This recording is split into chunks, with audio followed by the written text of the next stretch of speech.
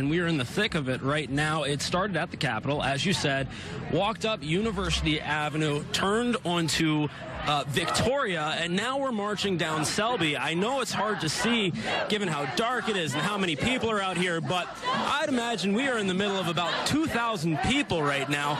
The protesters are now marching onto I-94, 94 East. You may be able to see the Capitol building in the background. This, of course, is something that we've seen in Minnesota before. Earlier, I did hear organizers of the protest saying they did not want this to happen tonight.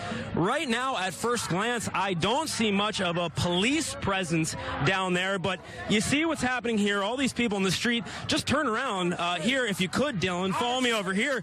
I just want to show you this crowd of people behind me. It goes pretty deep. Obviously, traffic is at a dead stop right now, and you just got to hope that nobody gets hurt in a situation like this. Dylan, do you want to follow me down a little bit, and we'll see if we can get a closer look to the highway? Follow me here. Be careful. Photographer Dylan Jacobson's handling a tough situation here. We're walking down, kind of cutting over the and boy, this is just not a situation that you want to be in. You can see all these protesters up in front of me, hundreds of them lined up along I-94, and it is just madness. It is chaos down here right now. And Josh, from the absolutely, Lindsay. Vehicles down this way are trying to turn around and make their way back on the shoulder, and it's an incredibly dangerous situation. There's a man on a bike who just went through some of this traffic on I-94. You can see we're kind of in a sea of people. Absolutely, it is a dangerous situation. It is a chaotic situation. I mean, it's a dangerous scene. I don't want to make light of it, but it is also a very interesting scene. I'm looking here. There's a young kid just sitting on the side. Can I ask you guys just real quickly, what are you doing out here, man? Isn't it past your bedtime? Yeah. What do you think about what's going on? Are you just kind of checking out, seeing the scenes and looking at what's happening? I'm a journalist, actually. He actually started following me down the way. Are you? Yeah. Where's your mom? Are you all alone?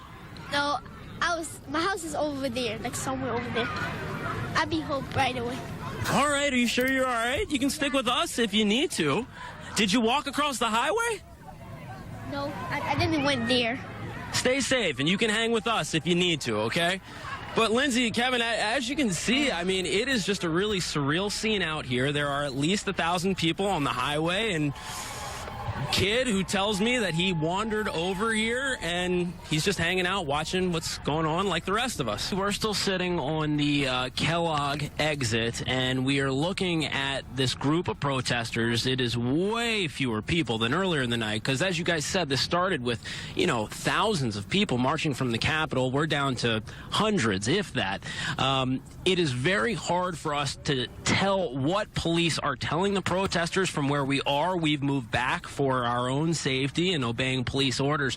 But it does appear that they are trying to push the group of protesters towards the exit. And we continue to see people walking by us who are leaving I-94. But really, you've still got this core group of protesters on the highway talking with police. Police are talking to them. It's difficult from our vantage point to hear what's being said. But right now, it's still, you know, a waiting game. A large group of people just walked off the highway, so whatever is happening down there does seem to get people to start moving. I'm sorry, I'm trying to pause now because I hear police making an announcement. It sounds like please disperse, please disperse. So this is kind of more of what we've been seeing throughout the evening since the marchers went on to I-94. Police asking them to disperse on their own. It does appear as though the vast majority of protesters have done just that. Remember, this is a group that started in the thousands of people and really continued to be thousands of people until they got onto I-94. And then immediately it dropped to hundreds of people, and now we're probably down to dozens. Again, it's a little difficult for me to see. In fact, you guys probably have a better view than I do at this point, but it's very few people on there. I would imagine it's more police officers than protesters at this point. Police are asking them to disperse, and at least from our vantage point, Lindsay and Kevin, it does appear as though most of the people who were on I-94 have done exactly what the police were saying and walked off.